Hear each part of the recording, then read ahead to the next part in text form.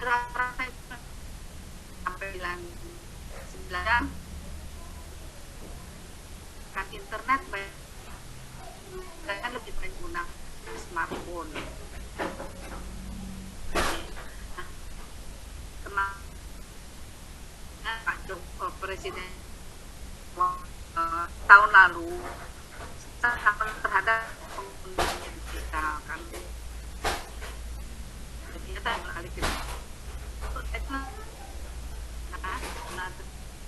kan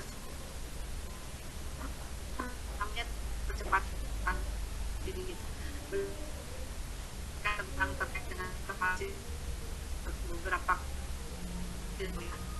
suatu dalam insti Indonesia struktur dan kemudian tahun 2020 tentang COVID-19 akan pada tahun pada diduga untuk kegiatan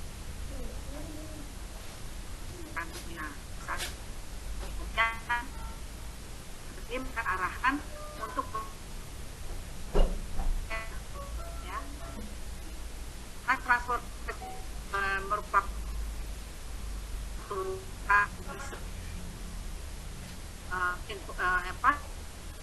tidak kendaraan nasional namanya positif dan semuanya diberikannya yang memadai tersebut maka terus menindaklanjuti ya menyusun peningkatan kemanfaatan maka konsepnya kasih tetaplah akan mempunyai nilai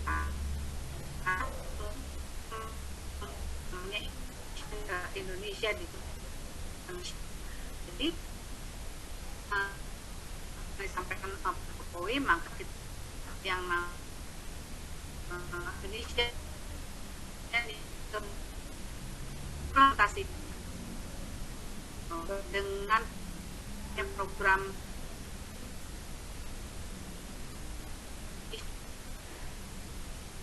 dengan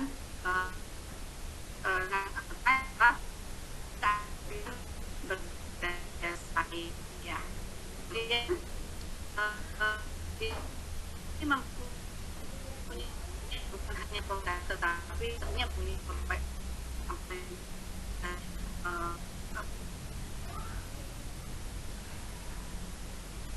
regulasi TIK masuk juga dari ya bagaimana menurut karena juga positif maupun negatif. Orang belakang menggunakan digital dalam dan aplikasi untuk pemerintahan untuk infrastruktur pemerintah juga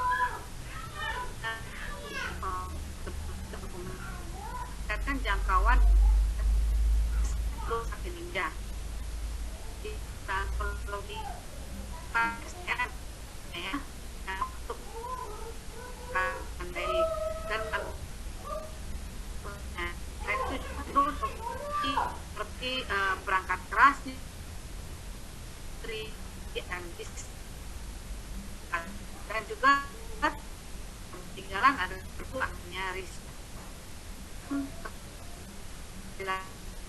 supaya namanya perkembangan untuk masyarakat untuk berinovasi dengan menggunakannya ya nah ini berdasarkan dengan ya maka kita dalam menyusun namanya digital tapi saja itu slide ya. Jadi apa itu peningkatan literasi, jadi supaya masyarakat bisa menggunakan yang namanya digital hanya untuk tapi agar mampu untuk sunnah yang program kegiatan rangka kerja dari kegiatan ini ya. Yang pertama adalah penyusunan ini dibangun dari kerangka literasi digital yang dirangkai dari definisi basic digital skill dengan pengukuran kompetensi kognitif dan afektif bagi masyarakat dalam menguasai teknologi digital yang terdiri dari dibagi menjadi 3, yaitu digital skill, kemudian digital culture, digital ethic, dan digital safety. Nah, apa sih yang dimaksud dengan digital skill di sini? Jadi digital skill ini sebenarnya untuk mendorong atau meningkatkan kemampuan individu ya untuk mengetahui, untuk memahami, menggunakan perangkat kerasnya supaya bagaimana perangkat itu bisa digunakan, dioperasikan dalam kegiatan sehari-harinya. Jadi bukan hanya SMS, WhatsApp, media sosial, tetapi juga kegiatan-kegiatan lainnya ya. Kemudian juga kalau digital culture itu sebenarnya untuk mendorong individu untuk membaca atau menggunakan atau membiasakan dan membangun wawasan dirinya sendiri, itu wawasan kebangsaannya ya. Jadi bagaimana kita juga harus memahami kita hidup di Indonesia berdasarkan Pancasila, dan kita itu di Indonesia yang terdiri dari berbagai pulau, dari sampai 17.000 pulau, dan dengan beraneka ragam kebudayaan, beraneka ragam bahasa yang bersatu dalam satu Bhinneka Tunggal Ika. Jadi tidak lagi akan ada rasa negatif antar suku, antar agama, tetapi kita bersatu dalam satu bangsa Indonesia ya. Kemudian juga digital etik, bagaimana kita juga mendorong masyarakat untuk menggunakan internet ini lebih kepada hal-hal yang positif ya. Jadi kita lihat bahwa dalam memposting sesuatu, dalam menyampaikan pesan sesuatu itu adalah menyampaikan hal-hal yang positif, dan kita bisa memilih dan memilah informasi-informasi mana yang memang bermanfaat bagi kita atau yang tidak bermanfaat bagi kita, sehingga kita bisa meminimalisir konten-konten negatif yang jangan sampai terpengaruh oleh masyarakat ya. Kemudian juga yang terakhir adalah digital safety. Nah, digital safety ini sebenarnya bagaimana kita mengenalkan kepada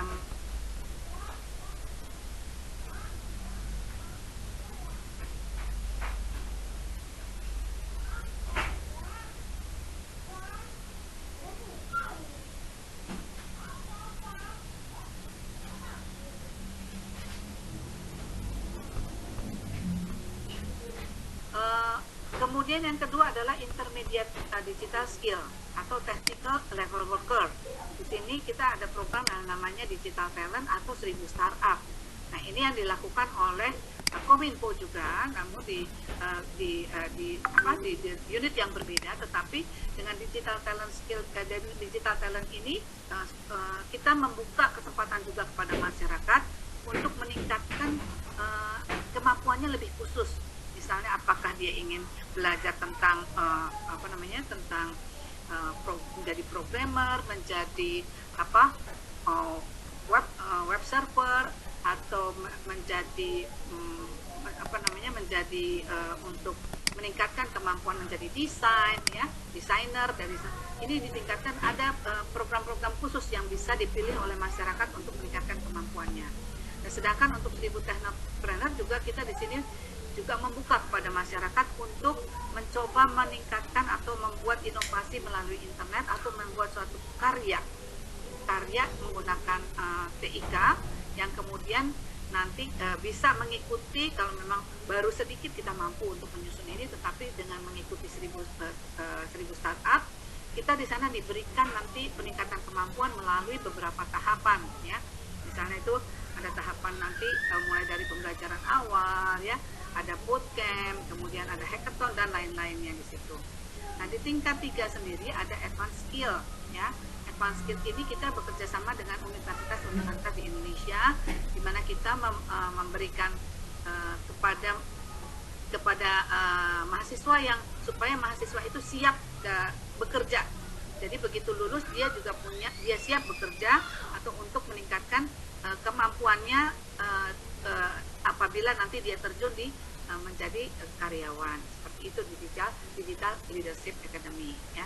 Nah, saat ini kita lihat bahwa karena untuk meningkatkan tadi literasi masyarakat ya di basic skill ini kita membentuk yang namanya pandu digital ya. Jadi pandu digital ini adalah semua bisa menjadi pandu digital, jadi untuk masyarakat umum yang kemudian kita didik atau kita tingkatkan pengetahuannya agar memiliki pemahaman dan kemampuan dan kompetensi yang mendasar terkait dengan literasi digital, serta mampu menjalankan tugas dan perannya sebagai perintis, pemandu, pemimpin, pendukung, ataupun pelaku aktif atas tercapainya visi dan misi pandu digital. Nah, pada hari inilah kita melakukan yang namanya kegiatan bagaimana pandu digital. Nanti teman-teman yang sudah ikut dalam kegiatan ini memang jika tertarik ingin menjadi pandu digital bisa mengikuti kegiatan ini sampai akhir, di mana nanti ada beberapa narasumber yang akan menyampaikan bagaimana memanfaatkan digital ini menjadi lebih efektif atau menjadi lebih kaya kita untuk menerapkan penggunaan kita di dalam menggunakan penerapan kita melalui gadget kita ya. Nah, dalam pandu digital ini juga kita bukan hanya kemudian karena mempunyai sektor yang sama, tetapi nanti akan dibagi menjadi beberapa sektor. Kalau kita kemampuannya misalnya di bidang ekonomi, kita bisa melihat bahwa kita nanti menjadi pandu digital di sektor UMKM ya. Tetapi kalau kita memang punya di daerahnya punya lokasi atau punya objek pariwisata yang sangat banyak dan sangat cantik, kita juga bisa mengikuti menjadi pandu digital di sektor pariwisata, sehingga kita bisa menyampaikan kebudayaan atau objek-objek wisata kita kepada masyarakat melalui tadi pandu digital ya. Kemudian juga kalau memang dia merupakan seorang guru ataupun memang dia berbakat untuk memberikan pendidikan pembelajaran kepada masyarakat sekitar, maka bisa menjadi dengan sektor pendidikan. Kemudian juga ada desa digital, ada petani dan nelayan. Jadi sebagai pandu digital kita tidak diminta untuk menguasai seluruh masalahnya. Kita bisa fokus pada sektor-sektor yang ada, karena nanti pembelajarannya pun akan diarahkan kepada sektor-sektor tersebut ya, UKM, pariwisata, pendidikan, desa digital, petani dan nelayan, sehingga kita bisa lebih fokus kita menjadi pandu digital di sektor nelayan atau di sektor petani ya. Semuanya itu sebenarnya pandu digital itu nantinya kalau sudah mengikuti itu kita diminta untuk lebih kreatif. Dengan mengikuti kegiatan hari ini kita diminta untuk lebih kreatif ya, sehingga kita bisa punya ide sesuatu untuk diwujudkan. Kemudian juga kita selain kreatif juga harus produktif ya. Jadi kalau kita sudah punya produksi, tetapi kita juga harus konsisten, jangan produksi baru kreatif dan berproduksi yang satu udah pindah ke yang lain, sehingga akan tidak jadi ya, karena semuanya setengah-setengah. Tapi kita coba konsisten untuk berproduksi dan kita punya tanggung jawab produksi kita ini ya. Kemudian juga harus mampu berpikir positif dengan karya yang sudah kita hasilkan ini, kita bisa mengembangkannya, atau kita juga bisa melakukan konsultasi kepada teman-teman di pandu digital bagaimana supaya karyanya ini bisa lebih ditingkatkan produktivitasnya. Nah, lanjut ya. Nah, terkait dengan ini, kalau pandu digital sendiri nanti akan ada 3 tingkatan ya. Ada 3 tingkatan, yaitu misalnya ada pandu digital purwa merah, pandu digital purwa itu yang warnanya merah, kemudian ada pandu digital madya yang biru, kemudian ada pandu digital utama atau yang hitam. Nah, kalau yang merah ini pandu digital yang memiliki pengetahuan literasi digital yang dasar ya. misalnya secara khusus di sektor-sektor tertentu tadi ya. Nanti kalau misalnya sudah menjadi pandu digital Purwa, kemudian diberikan lagi ilmu, diberikan lagi pengetahuan. Nah, kemudian dia akan menjadi naik tingkat menjadi pandu digital Madya. Karena tadi kan pandu digital ini bukan hanya sekali, tetapi terus akan meningkatkan kecakapan-kecakapan pandu digital sehingga menjadi kelak menjadi pandu digital yang utama ya. Jadi kalau yang biru nanti juga akan ada keterampilan, jadi ada memiliki pemahaman dan keterampilan untuk penyelesaian suatu masalah ya dalam literasi digital. Nah, kalau pandu digital hitam nanti memiliki keahlian untuk memerankan pemahaman yang dimiliki untuk menyelesaikan masalah literasi digital. Nah, ini adalah tingkatan pandu digital. Mudah-mudahan hari ini pandu digitalnya yang merah itu sudah bisa terbentuk ya.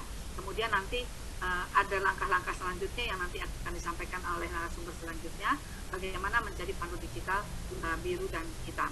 Nah, untuk skema pandu digital ini tadi nanti akan ada pembentukan pandu digital dulu ya, kemudian tadi dari untuk pembentukan menjadi pandu digital merah atau Purwa, kemudian nanti ada upgrade-nya, nanti baru ada pemberdayaan pandu. Itu adalah skema dari pandu digital itu. Jadi bukan hanya stuck dalam satu tingkatan, tetapi akan terus berkembang menjadi tingkatan yang lebih mahir. Nah, untuk menguasai ini semuanya, atau untuk memajukan atau untuk mencapai niatan dari pandu digital ini, maka kita nanti mempunyai bagaimana cara pencapaiannya, yaitu dengan skema pentahelix pandu digital. Lanjut. Ya. Skema pentahelix dari pandu digital ini sebenarnya kekuatannya pengembangan ini merupakan kekuatan pengembangan pandu digital yang ada pada semua wilayah di Indonesia ya, yang perlu didukung oleh semua elemen, baik itu dari pemerintahan maupun dari apa namanya media, maupun dari bisnis, maupun dari komunitas, maupun dari akademisi ya. Jadi kalau dari pemerintahan ini memang kita punya di pemerintahan sendiri juga punya dari berbagai sektor ya, misalnya terkait dengan Kominfo, nanti dia akan menyampaikan terkait bukan hanya dengan infrastruktur ya, tetapi juga dengan program-programnya, dan kita akan dari Pemda juga akan membantu kerjasamanya dengan pandu digital, bagaimana bisa bekerja sama dengan pandu digital ya.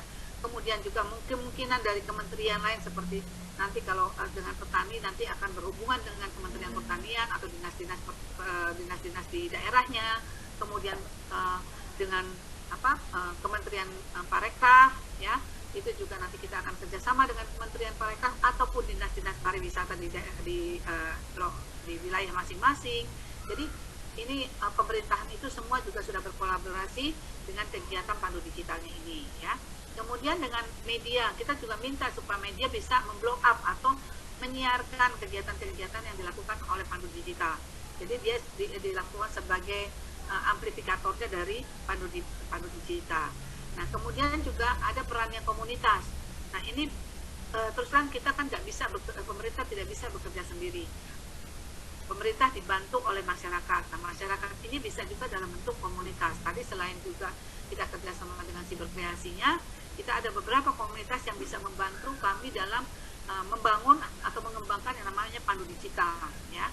Nah, dengan komunitas ini maka nanti dengan bekerja sama komunitas di berbagai wilayah ya, seperti saat ini kita untuk melaksanakan kegiatan ini kita juga bekerja sama dengan komunitas Jawa Barat ya, itu dengan Mbak Hani yang sebagai sponsornya itu komunitas relawan TIK ya, kemudian juga bisa dengan komunitas lainnya ya, karena tadi relawan TIK sendiri sebenarnya umurnya sudah 10 tahun ya, jadi itu relawan TIK itu sebagai kakak dari pandu digital.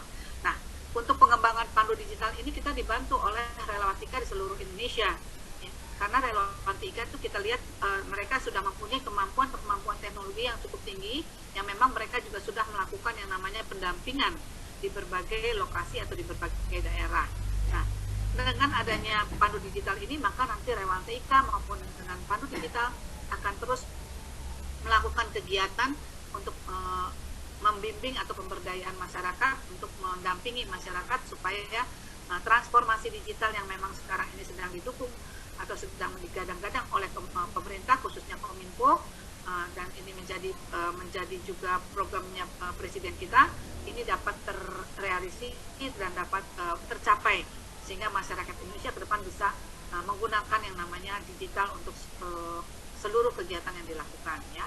Nah, selain dari komunitas juga kita perlu akademisi. Nah, perannya akademisi ini bisa kita juga agar dia akademisi ini bisa melakukan survei-survei yang sudah ada.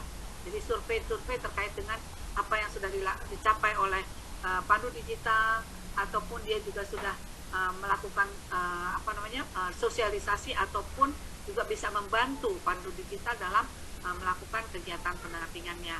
Nah, dengan hasil mungkin surveinya atau dengan penelitian yang dilakukan akademisi ini, nanti kita bisa melihat di mana kekurangannya Pandu Digital, di mana kelebihannya, sehingga kita bisa lebih meningkatkan dari Pandu Digital itu sendiri. Nah, yang terakhir tidak pasti peran dari bisnis itu sangat besar juga dengan untuk pengembangan Pandu Digital ya. Dia juga bisa sebagai private sector yang membantu berkembangnya atau membantu kegiatan-kegiatan pendampingan yang ada di Pandu Digital, karena terus terang memang kalau misalnya Pandu Digital itu melakukan pendampingan tanpa adanya dukungan dari private sector, itu akan kurang membesar, kurang luas. Tetapi dengan nanti ada peran serta dari bisnis atau private sector untuk membantu mengembangkan membantu Pandu Digital dalam pemberdayaan masyarakat, itu akan menjadi lebih luas. Dan karena ini memang juga bukan hanya peran dari pemerintah media ataupun komunitas tenaga kerja, ini peran bisnis itu juga sangat diharapkan, dan dia juga bertanggung jawab terhadap bangsa Indonesia untuk bagaimana mengembangkan atau meningkatkan dan terjadinya transformasi digital yang lebih cepat terhadap bangsa Indonesia ya. Nah, ini yang mungkin bisa saya sampaikan. Terima kasih atas waktunya, dan semoga acara yang dilakukan pada pagi ini terkait dengan Pandu Digital bisa dapat terlaksana dengan baik dan dapat mencapai apa yang memang diinginkan kami untuk supaya bisa Pandu Digital meskipun masih tahap merah bisa terbentuk dengan khususnya di Sulawesi Selatan.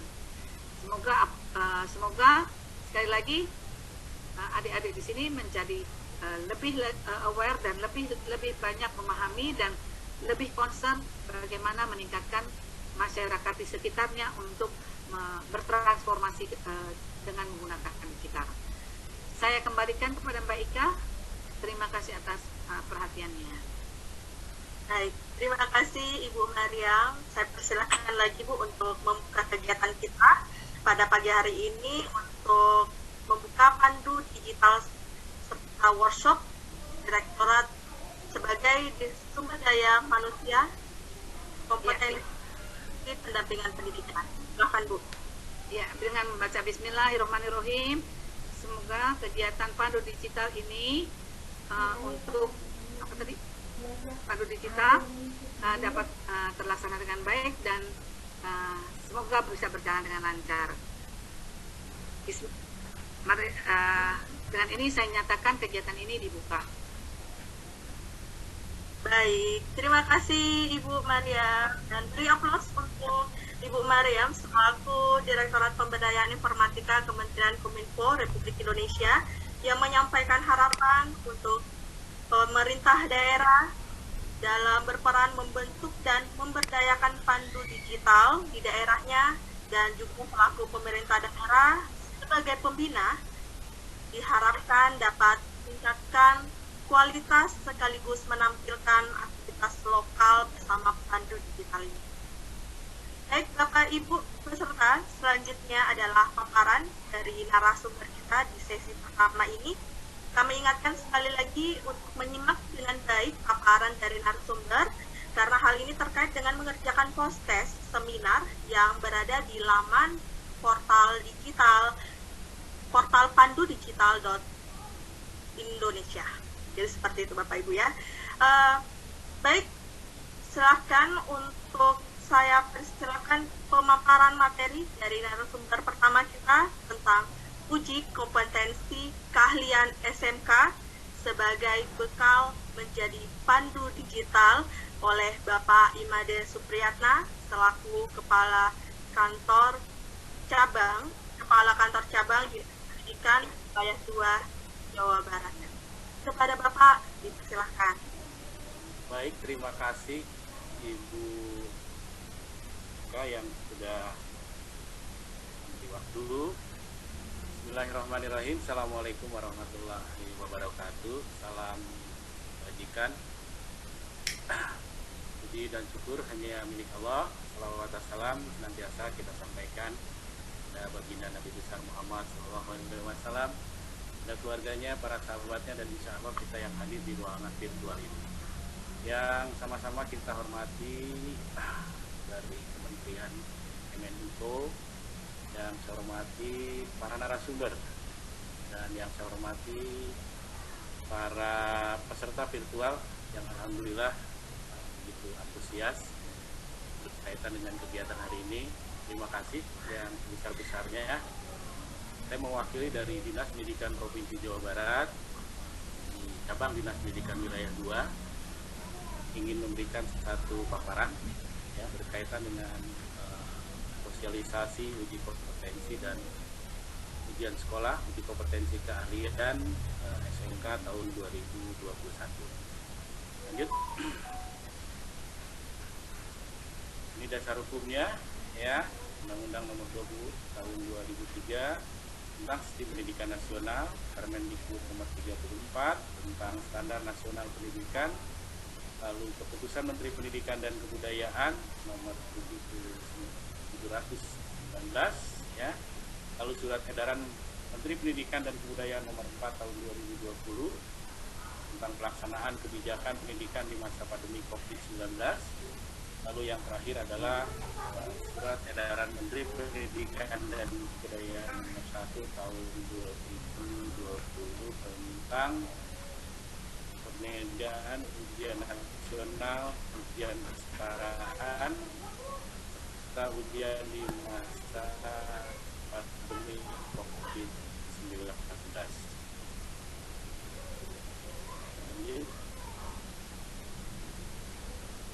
Di nomor 2 tahun 2011.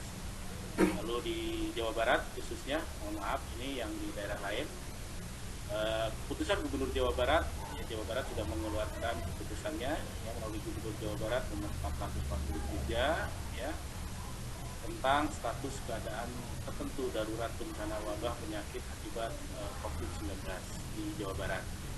Yang ke-8, pedoman penyelenggaraan uji kompetensi SMK tahun pelajaran 2020-2021 yang dikeluarkan oleh Direktur Jenderal Pendidikan Vokasi.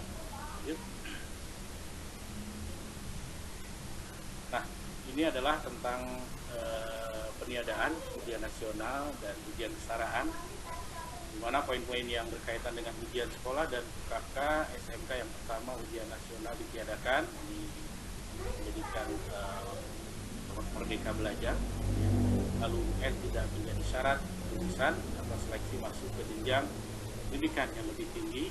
Yang poin ketiga, bentuk ujian yang diselenggarakan satuan pendidikan ini seperti tahun lalu ya, tidak ada perubahan, portofolio, lalu penugasan, tes tulis, bentuk penilaian, serta yang keempat adalah untuk SMK, selain ujian yang diselenggarakan oleh satuan pendidikan, peserta didik juga dapat mengikuti uji kompetensi keahlian. Nah, ini adalah rohnya SMK ya.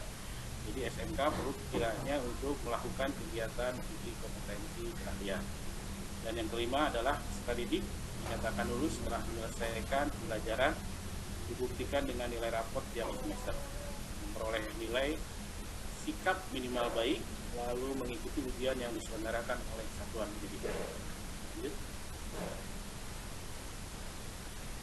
Nah, ini ujian sekolah, Bapak Ibu yang saya hormati. Ujian sekolah dirancang untuk mendorong aktivitas belajar yang bermakna dan tidak terfokus pada pengukuran ketuntasan capaian kurikulum secara menyeluruh. Nah, ini perlu dikaji oleh Bapak Ibu sekalian di masa pandemi COVID ini. Lalu peserta ujian sekolah adalah peserta didik yang telah berada pada tahun terakhir. Ya. Lalu pelaksanaan ujian sekolah menjadi tanggung jawab kepala sekolah. Satuan pendidikan menyusun dan menetapkan panitia ujian sekolah. Satuan pendidikan membuat pos ujian sekolah.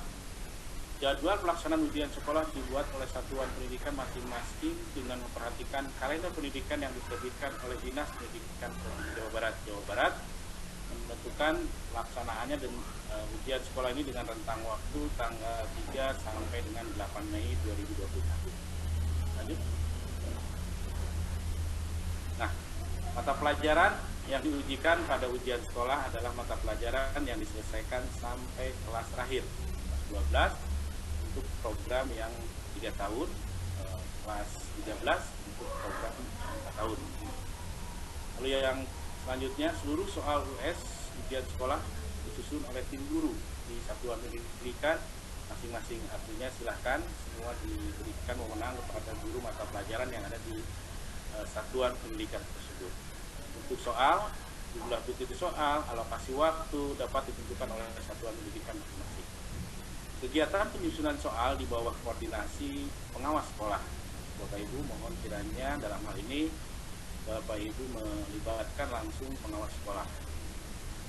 Lalu yang selanjutnya, ujian yang diselenggarakan oleh satuan pendidikan dilaksanakan dalam bentuk portofolio, tadi yang sudah disampaikan di awal, penugasan, tes tulis secara luring ataupun daring, atau bentuk kegiatan penilaian yang ditetapkan oleh satuan pendidikan.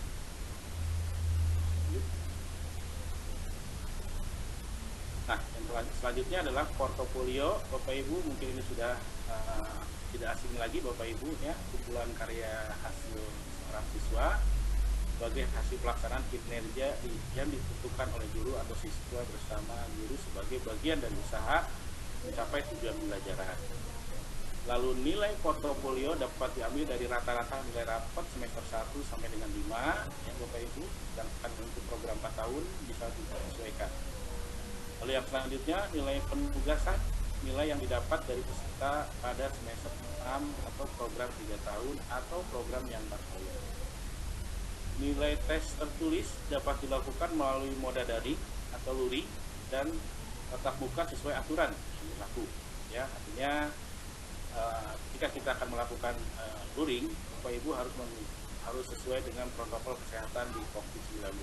Minimal pertama ada persetujuan orang tua, ada rekomendasi dari gugus COVID di kabupaten kota ataupun minimal di kecamatannya, ada MOU dengan puskesmas terdekat. Untuk kegiatan lain yang dimaksud dengan poin 12D dapat berupa ujian praktek, tes lisan, ataupun bentuk kegiatan sejenis lainnya dengan mempertimbangkan karakteristik mata pelajaran dan kondisi COVID-19. Nah, ini mungkin Bapak Ibu sudah lebih biasa ya, khususnya berhubungan dengan mata pelajaran. Lanjut.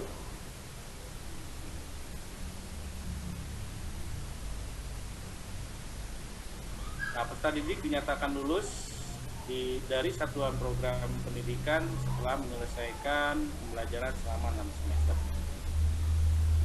Lalu memperoleh nilai sikap perilaku diinginkan oleh satuan. Lulusan tetap berdasarkan rapat dewan guru dibuat dalam bentuk dokumen ketetapan sekolah yang ditandatangani oleh kepala sekolah. Artinya poin 9 ini semua diserahkan kepada satuan pendidikan. Mohon jadi perhatian Bapak Ibu di poin 19 ini, di masa pandemi COVID ini mungkin ada hal-hal mungkin peserta didik kita yang mungkin tetap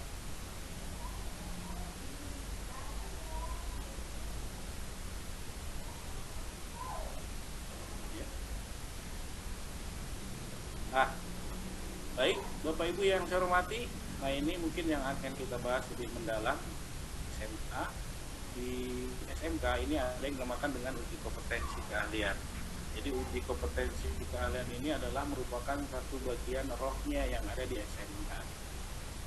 Ketika satuan pendidikan melaksanakan uji kompetensi keahlian, maka akan terlihat ya bagaimana yang pertama adalah tujuan, ukur capaian kompetensi siswa SMK yang telah menyelesaikan proses pembelajaran sesuai dengan kompetensi keahlian yang ditempuh. Nah ini Bapak Ibu, mohon kiranya di tujuan pertama ini disikapi ya, bagaimana dengan kondisi COVID-19.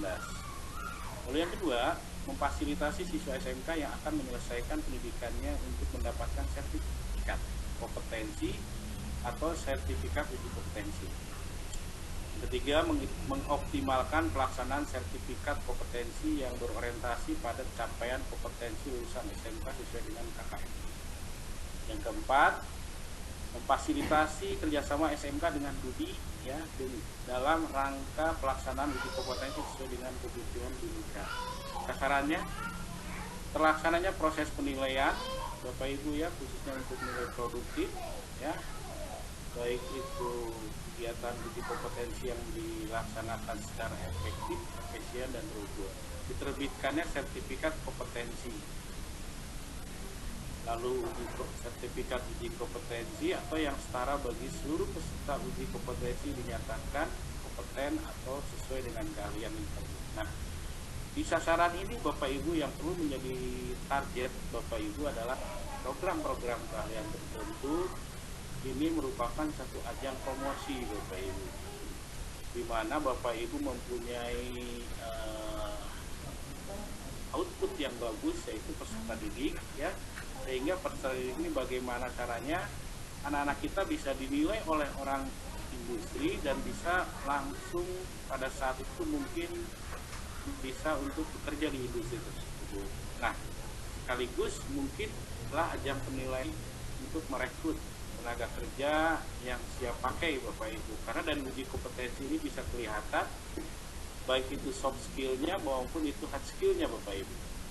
Lalu jenis-jenis uji kompetensi yang pertama adalah pelaksanaan UKK melalui sistem uji maupun pengakuan dari BUDIKA ataupun asosiasi profesi. Yang kedua, pelaksanaan UKK oleh SMK atau lembaga sertifikasi terlisensi oleh SP. Nah, ini kan yang sudah terlisensi baik itu LSP 1, 2 ataupun 3 Bapak Ibu. Yang ketiga adalah pelaksanaan UKK dalam bentuk penugasan atau proyek dengan standar instrumen yang disusun oleh pemerintah.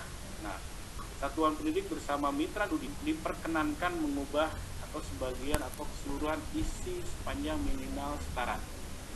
Jadi yang dimaksud dengan poin 4 ini adalah uji yang kemudian banyak di satuan-satuan pendidikan khususnya SMK ya, ketika akan melakukan uji kompetensi mandiri maka ada yang dinamakan dengan bedah soal. Nah, bedah soal ini adalah duduk bareng antara pihak satuan pendidikan dengan industri. Kira-kira bagaimana dengan soal yang dikeluarkan oleh pemerintah ya, apakah dia akan beli P1, P2 atau P3 sampai dengan P4 ya. Artinya satuan pendidikan bisa menyesuaikan dengan kondisi satuan pendidikan yang ada di satuan pendidikan tersebut.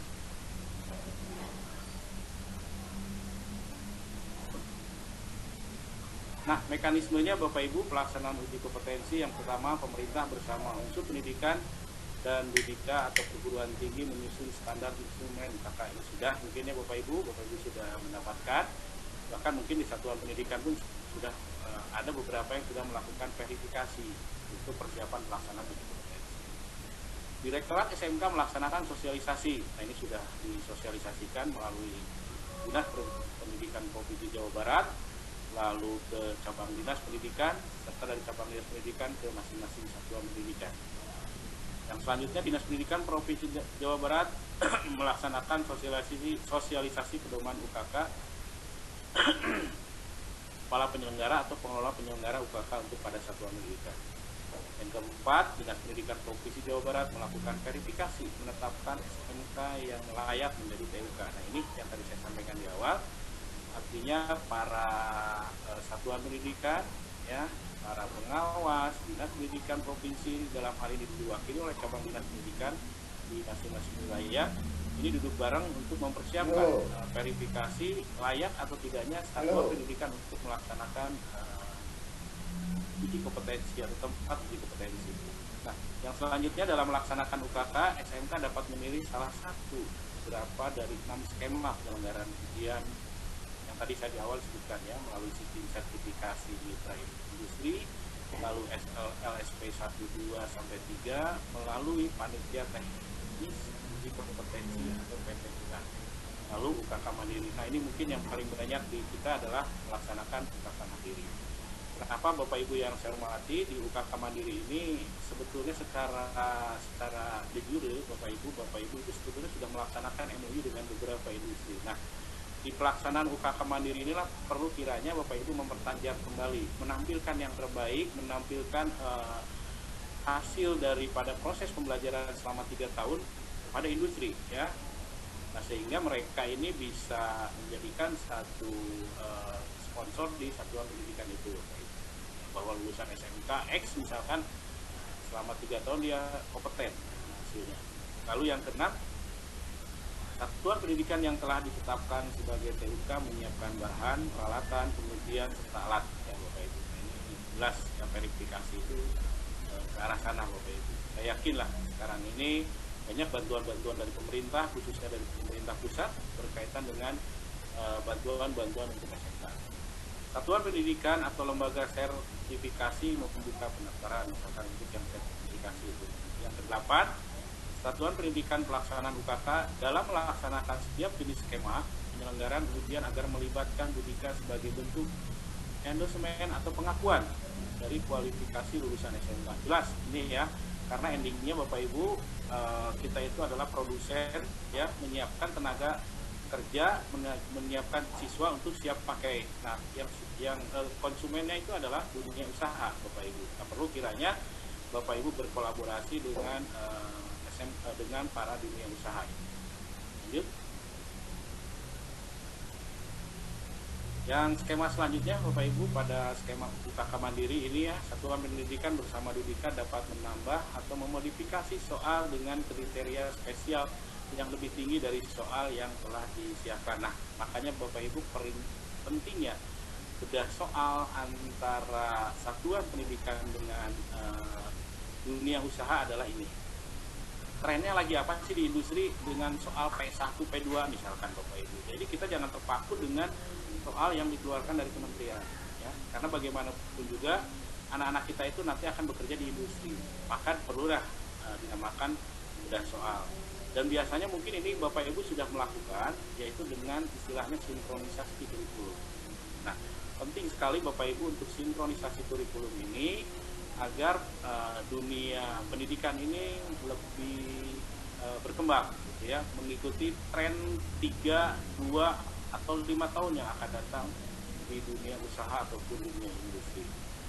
Satuan pendidikan penyelenggara UKK memperhitungkan hasil pelaksanaan UKK untuk dicantumkan sebagai nilai ujian sekolah pada mata pelajaran keahlian pada ijazah. Jelas hasil ini akan diakui, akan dilihat hasilnya pada ijazah, jadi artinya tercantum Bapak Ibu.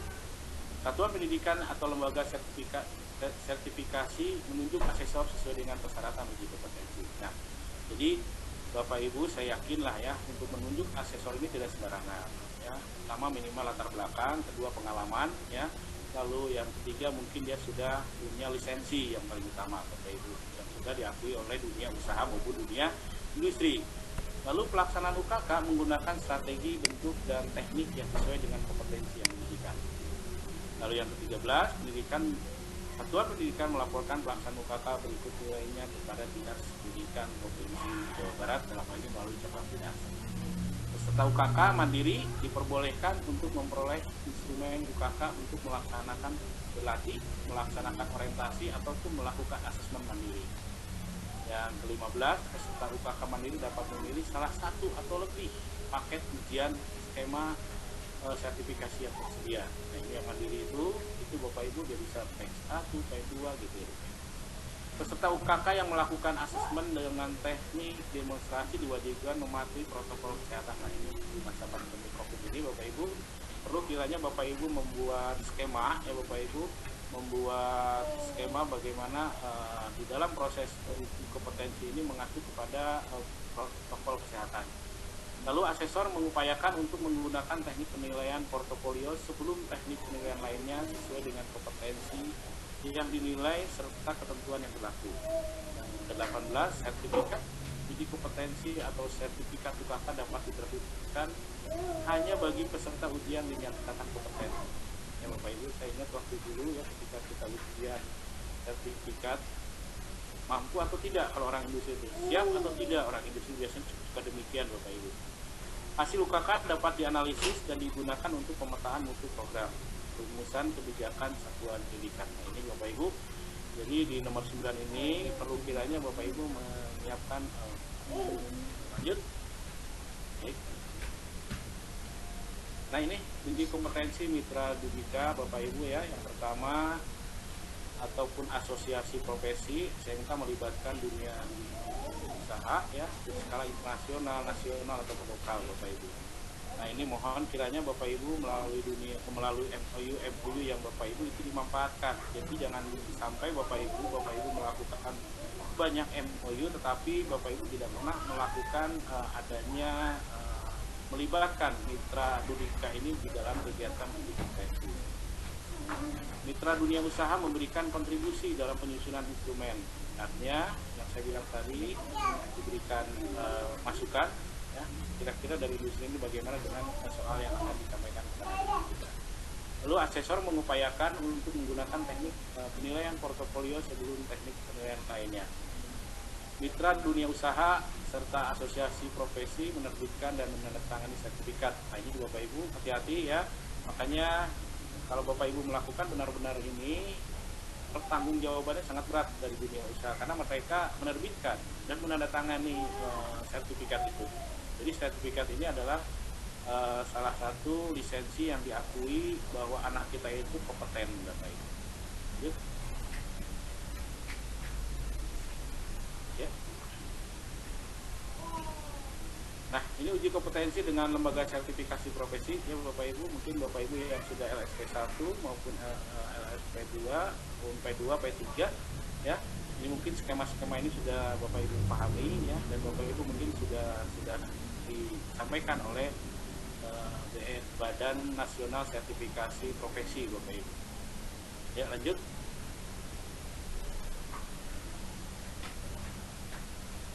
Nah, ini UKK Mandiri Bapak Ibu, tadi pun di depan saya sudah menjelaskan.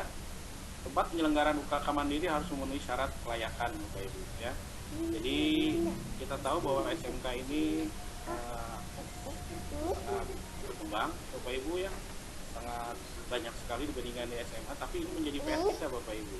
Data statistik mengatakan bahwa SMK itu menyumbang pengangguran tertinggi. Nah ini harus Bapak Ibu jawab. Tapi secara individu kami paham Pak di SMK kami tidak Pak, banyak yang sudah bekerja, tetapi secara nasional ini menjadi PR Bapak Ibu ya. Jadi bagaimana memenuhi syarat kelayakan ya, yang perlu dilakukan oleh SMK ya. Jadi jangan sampai SMK itu membuka program keahlian. SMK itu bisa buka tutup program keahlian Bapak Ibu ya. Jadi Bapak Ibu jangan sampai merasa aduh ini SMK saya udah tidak layak lagi program keahlian ini. Coba Bapak Ibu lihat tren ke depan. Kira-kira apa sih program keahlian yang akan dibutuhkan di 2 atau 3 tahun yang akan datang. Verifikasi kelayakan ya Bapak Ibu tetap sama ya. Lalu Dinas Pendidikan membentuk tim verifikasi, dalam hal ini melalui cabang dinas yang melibatkan pengawas, yang melibatkan dunia usaha dan institusi yang relevan. Yang keempat, penetapan kelayakan satuan pendidikan ya, tempat penyelenggaraan UKK Mandiri serta SMK lainnya yang menggabung mengikuti ujian dengan standar instrumen uji kompetensi yang disusun pemerintah yang dilakukan oleh Dinas Pendidikan Provinsi berdasarkan rekomendasi. Asesor UKK Mandiri terdiri dari gabungan penguji internal dan eksternal. Yang internal ini Bapak Ibu yang perlu digarisbawahi, hati-hati Bapak Ibu ya. Jangan sampai Bapak Ibu guru internal tetapi dia tidak punya lisensi. Saya yakinlah di satuan pendidikan Bapak Ibu sudah kolaborasi dengan industri, banyak melakukan magang-magang guru, terutama guru produktif di industri-industri yang sesuai dengan program kalian di Bapak Ibu. Yang keenam, penguji internal adalah guru mata pelajaran, yaitu yang tadi saya sampaikan Bapak Ibu ya. Lalu selanjutnya, nah penguji eksternal yang tadi Bapak Ibu jelas ya, itu dari industri dan asosiasi profesi Bapak Ibu. Nah di nomor 7 ini Bapak Ibu, kadang-kadang saya ketika melakukan monitoring ke lapangan, Bapak Ibu di awal Bapak Ibu melakukan ujian mandiri ini di awal melibatkan industri ya. Tetapi karena siswanya banyak Bapak Ibu dan keterbatasan penguji eksternal dari industri ini, kadang-kadang orang industri tidak hadir Bapak Ibu. Nah ini yang sangat riskan sekali sehingga tidak terlihat, tidak termonitor bagaimana kompetensi anak ketika akan diuji oleh orang-orang pihak eksternal. Jadi Bapak Ibu sebelum penguji eksternal ini hadir di tengah Bapak Ibu, dibuatkanlah semacam kesiapan untuk melaksanakan jadwal pelaksanaan uji kompetensi yang ada di satuan pendidikan Bapak Ibu sekalian. Persyaratan Dudika ya Bapak Ibu ya, bekerja sama dengan SMK minimal 1 tahun ya, telah memberikan kontribusi ya, artinya jelas Bapak Ibu melakukan MOU dengan industri ya, harus ada timbal balik ya, bahwa kita siap menyiapkan tenaga siap pakai ya, maka ini adalah satu kerjasama yang sangat baik Bapak Ibu. Lalu yang selanjutnya, satuan pendidikan bersama Dudika dapat mengembangkan penugasan atau lembaran penilaian yang levelnya lebih tinggi sesuai dengan kebutuhan Bapak Ibu. Ini orang industri lebih paham. Asesor wajib mengembangkan instrumen penilaian aspek pengetahuan berdasarkan indikator pencapaian kompetensi yang tercantum pada pedoman penilaian. Bapak Ibu bisa lihat di pedoman penilaian. Lalu yang selanjutnya, satuan pendidikan menerbitkan sertifikat uji kompetensi yang ditandatangani oleh perwakilan satuan pendidikan bersama perwakilan Dudika. Tadi di awal saya sudah menyampaikan, ini sertifikat itu nilai jualnya sangat mahal Bapak Ibu. Jadi ketika kita menerbitkan sertifikat bahwa siswa kita dinyatakan kompeten, maka itu harus betul-betul kompeten, bukan hanya sekedar menggugurkan kewajiban Bapak Ibu. Nah ini yang harus yang perlu dihati-hati sekali ya. Lanjut. Jadwal uji kompetensi Bapak Ibu untuk di Jawa Barat kami sudah menentukan tentang waktunya tanggal 1 April ya, sampai dengan masa akhir pembelajaran tahun 2021 ya, tapi kita menargetkan tanggal 31 April ini satuan pendidikan sudah melaksanakan uji kompetensi. Perangkat uji kompetensi tadi disampaikan, instrumen soal, lembar penilaian, instrumen verifikasi penyelenggaraan UKK ya.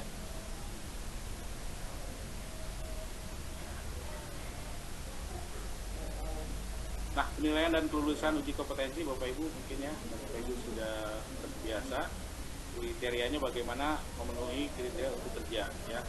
Tentang skornya ini 80 sampai 90 kompeten ya. Kalau 91 sampai 100 ya, itu sangat kompeten. Nah, ini mungkin Bapak Ibu sudah paham berkaitan dengan ini. Lanjut.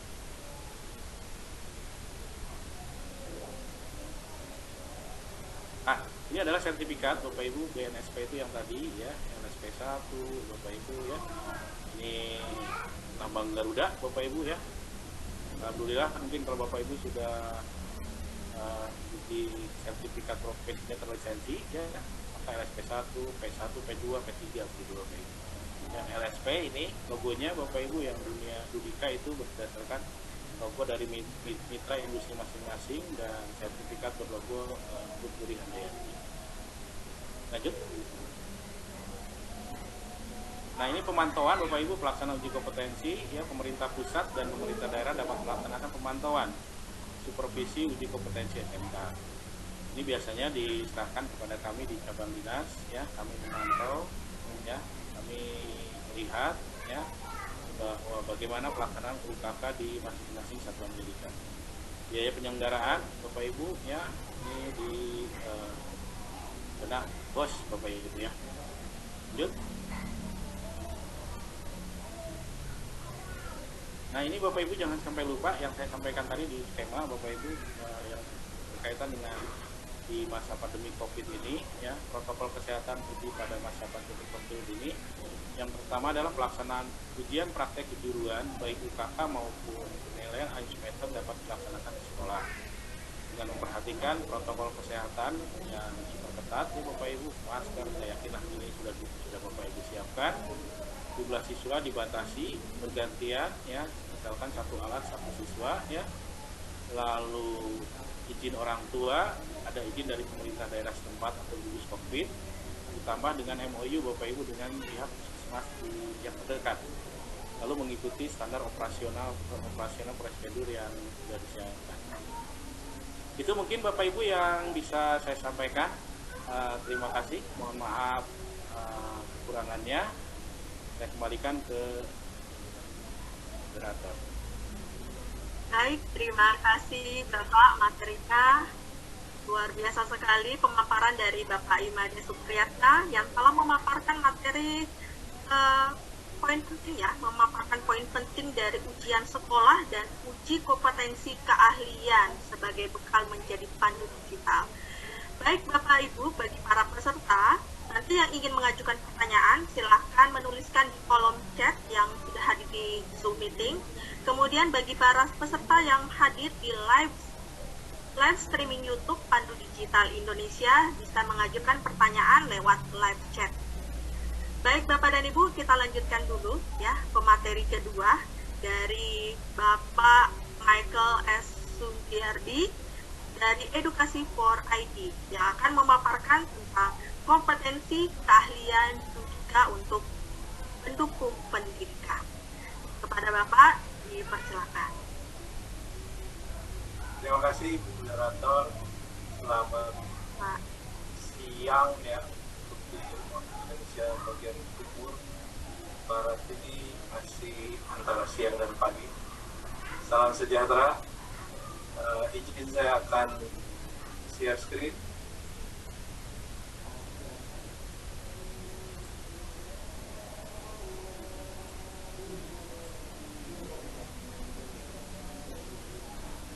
Oke, jadi bahan yang diamanahkan ke saya yaitu tentang kompetensi keahlian Dudika untuk mendukung pendidikan. Saya kebetulan sudah berkecimpung di dunia IT ini dari tahun 1982.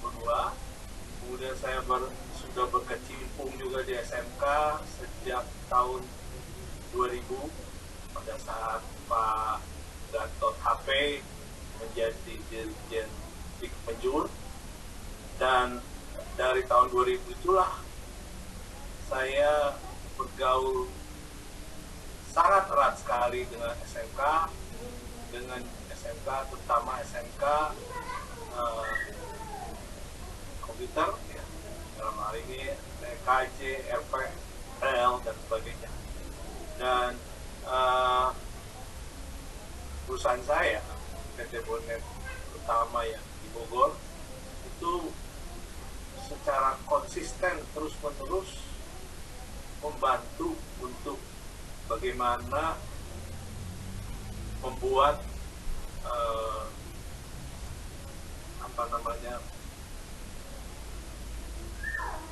SDM unggul ya di bidang IT. Nah, dalam kesempatan kali ini saya akan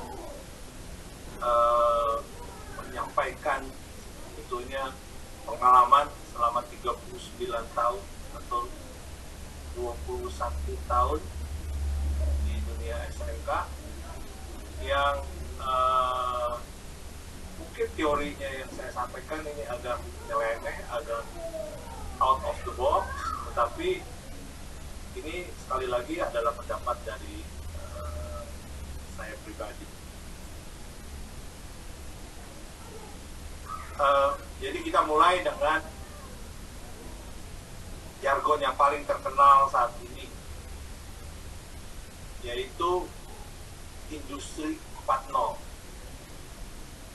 Kemudian ada beberapa yang menyatakan edukasi juga itu 4.0. Ya, yang sebetulnya edukasi itu tetap berada di 3.0, dan posisi Indonesia itu sebetulnya berada di antara 2.0 dan 3.0. Jadi edukasi Indonesia itu ada di 2,5, sementara industrinya itu ada di 4.0. Nah, kita lihat bahwa awal-awal dunia industri, ya, industri 1 dalam hal ini, itu sangat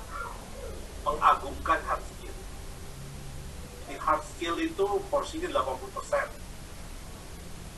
Jadi semua harus dihafal,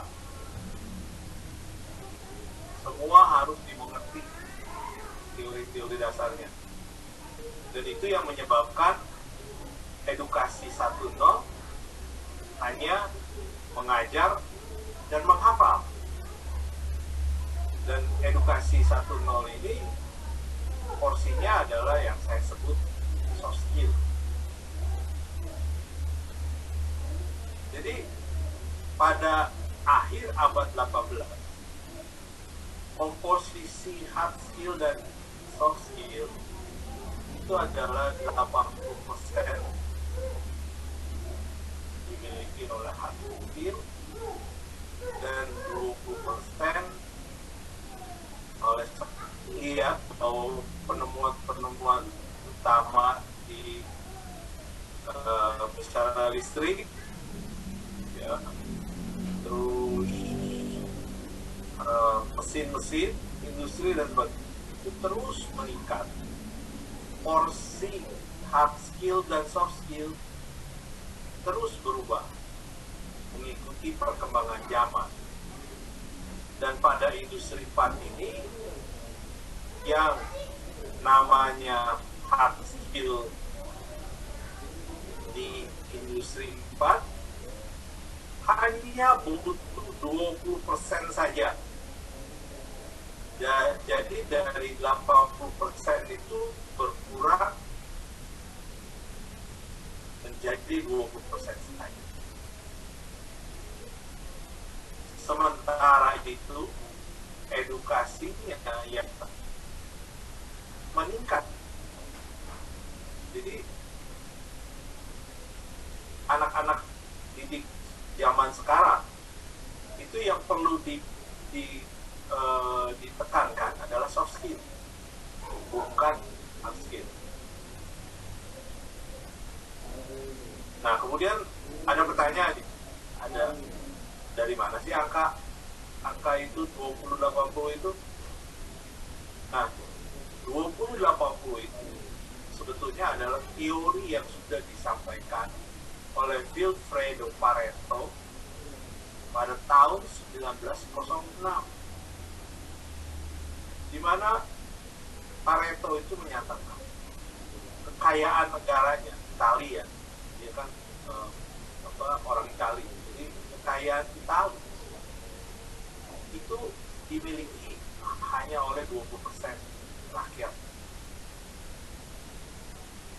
Dan teori Pareto ini terus berlanjut sampai hari ini dan sudah divalidasi dan sudah ternyata betul bahwa selalu ada kombinasi 20% dan 80%. Jadi kalau kita mengundang orang 100, maka yang datang bisa 80% atau 20%.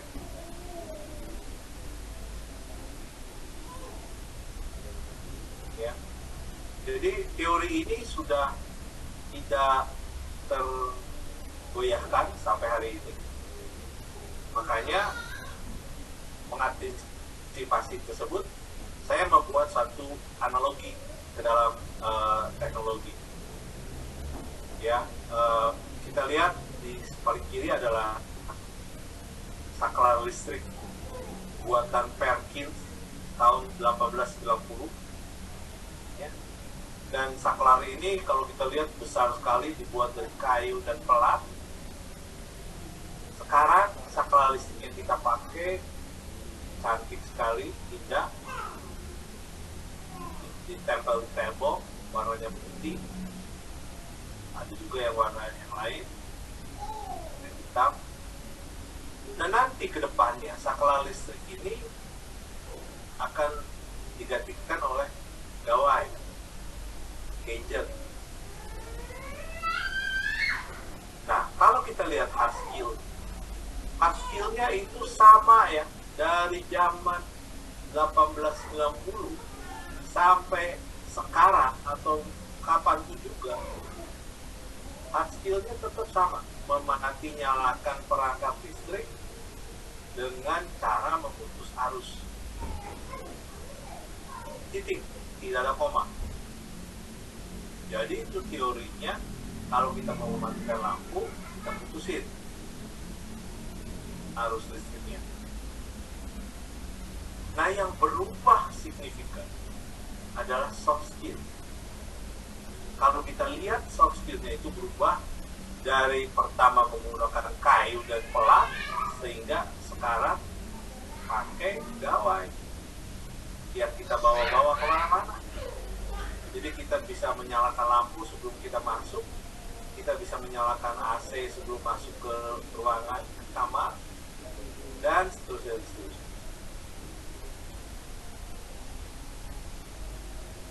Nah, dari teori hard skill dan soft skill tersebut, saya dapatkan bahwa untuk menjadikan SDM unggul di Indonesia, itu paling tidak perlu 3 hal utama, yaitu kita harus membuat anak-anak kita menjadi kreatif. Kedua, kita harus membuat anak-anak kita berpikir lateral thinking, yang saya ganti namanya sekarang jadi kepo. Nanti saya jelaskan lebih lanjut kenapa saya ganti dengan nama kepo. Dan yang ketiga adalah kolaborasi. Pada saat ini tidak bisa lagi satu orang menemukan satu masalah, satu penemuan, harus berkolaborasi. Nah, yang pertama, inovasi. Inovasi itu sangat penting karena dia bisa meningkatkan kemampuan personal, bisa membuka lapangan kerja, bisa meningkatkan ekonomi. Dan kita lihat sekarang bahwa manusia itu lahir dengan 2 otak, otak kiri dan otak kanan. Otak kanan ini berisi yang indah-indah, impian-impian, lagu-lagu yang indah, dan juga pertanyaan, kenapa air mengalirnya ke bawah? Kenapa kalau kita jalan jadi berkeringat dan sebagainya. Pertanyaan ini adalah sebetulnya ide. Ya, ide dalam arti kalau kita nggak bisa tidur, kita muncul ide, udah jangan minum kopi. Kalau kita kecapean, ada ide, ya udah tidur. Nah, ini semuanya adalah yang kita sebut sebagai kreativitas atau inovasi. Dan ini adalah yang disebut sebagai divergent thinking. Divergent thinking ini yaitu memikir dengan imajinasi berdasarkan pertanyaan dan ide. Otak kiri kita itu isinya rumus-rumus teknik, teori-teori teknik, dan ini adalah jawaban dari otak kanan. Kenapa air mengalir ke bawah? Oh, karena gaya gravitasi. Dan dari jawaban-jawaban otak kanan itu kita harus berkolaborasi, mencari faktanya ke orang-orang yang lebih pintar, ke orang-orang yang sudah lebih tahu, lebih duluan. Ya, jadi otak kiri ini adalah otak untuk kolaborasi, convergent thinking. Jadi pikirnya pakai logika. Jadi kalau dalam teori 3 tadi itu ada di tengah. Yang berpikir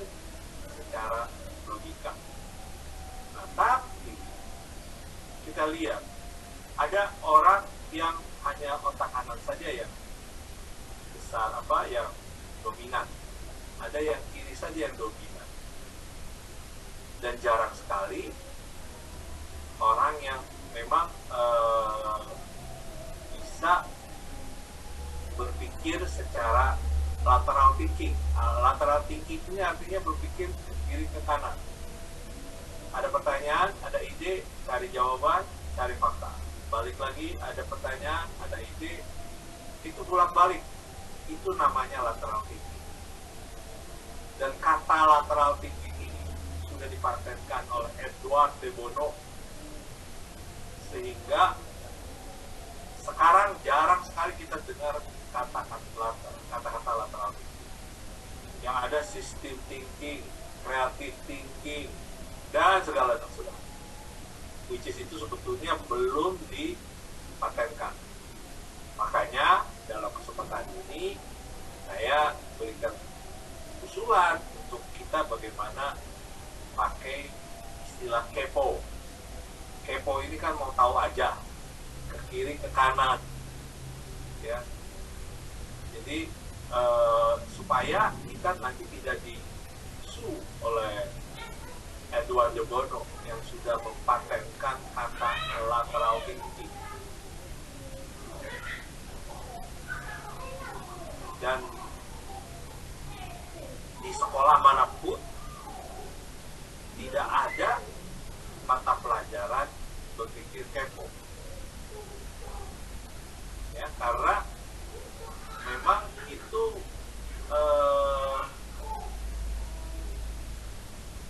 bagian yang sebetulnya sekarang ini dikenal sebagai kewirausahaan. Ya, jadi bagaimana harus berteman, bagaimana harus bersahabat, ibu dan sebagainya. Nah, sekarang bagaimana ya kita mempelajari convergent thinking? Otak kiri kita nih, bagaimana kita mempelajari convergent thinking? Kita mempelajari convergent thinking ini sudah dari zaman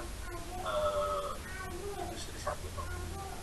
Jadi kita sekolah, ya, kita menggali ilmu di sana. Nah sekarang tiba-tiba ada Om Google. Om Google ini bisa kasih tahu kita semua tanpa kita perlu sekolah. Semua pertanyaan bisa kita jawab. Nyaris ya, semua ada di Google. Asal rajin-rajin aja Google, maka sebetulnya kita nggak perlu sekolah. Ya, tetapi yang divergent thinking ini yang tidak bisa dipelajari di sekolah, yang tidak bisa dipelajari di Google, karena divergent thinking ini adalah bagaimana kita harus menganggap belajar ini bermain. Jadi menggabungkan semua ilmu yang ada. Ya. Kemudian kita juga harus terus kepo, ya, pengen tahu ini kenapa sih?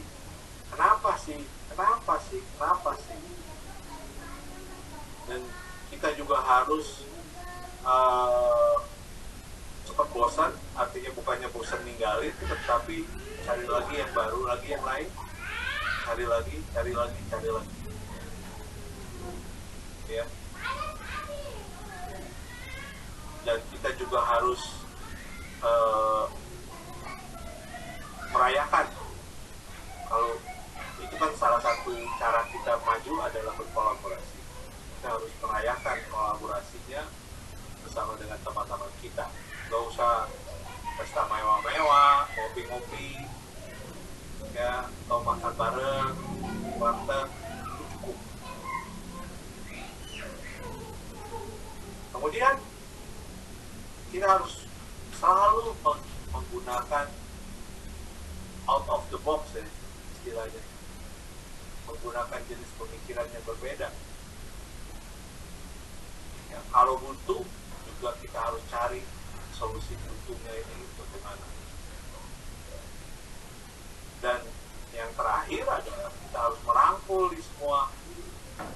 semua kendala-kendalanya yang pernah kita alami menjadi satu database.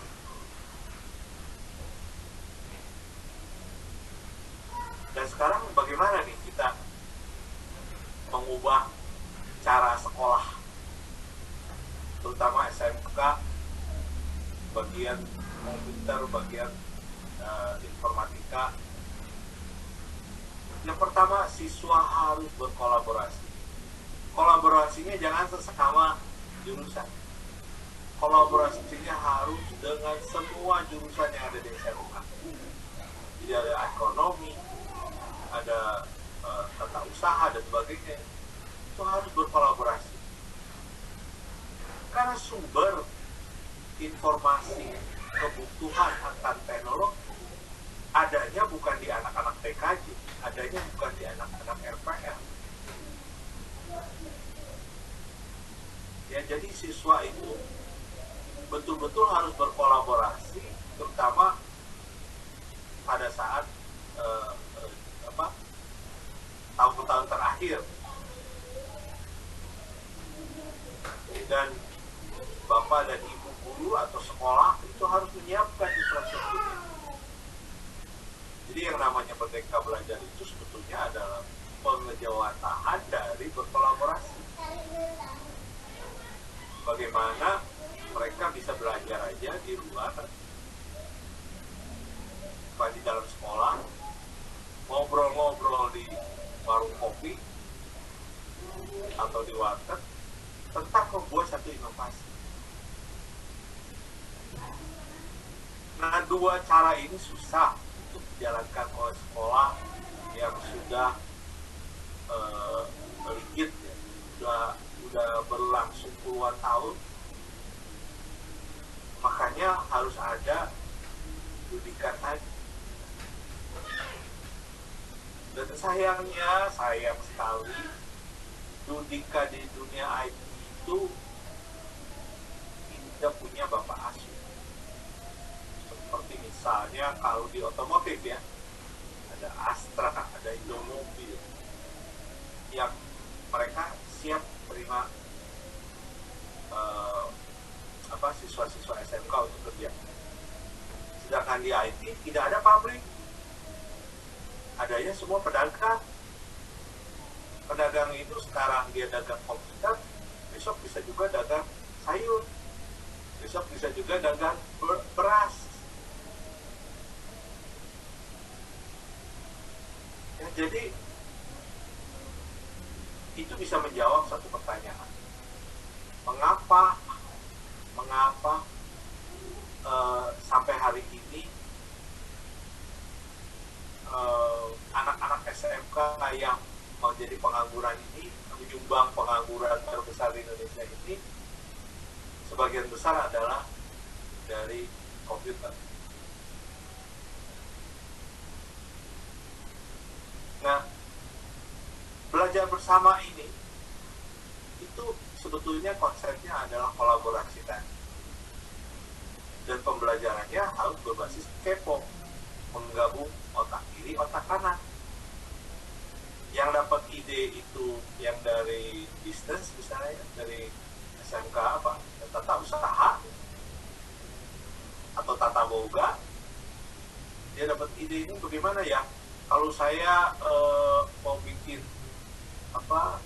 masakan, timbangannya mesti presisi, itu idenya bukannya dari anak-anak SMK yang dari komputer.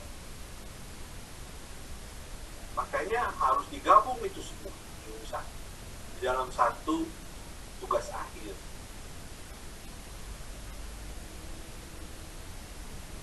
Dan di dalam setiap grup itu harus dibikin pimpinan. Ya, kemudian pimpinan ini yang menentukan inovasinya apa nih. Terus nanti di sekolah setiap secara berkala dibuat presentasi. Ya, perkembangan dari hasil rembukan. Jadi belajar belajarnya itu belajar sendiri di rumah pakai Google cukup, mau belajar apa juga ada gitu. Nanti tinggal berembuk untuk menyatukan ide-idenya.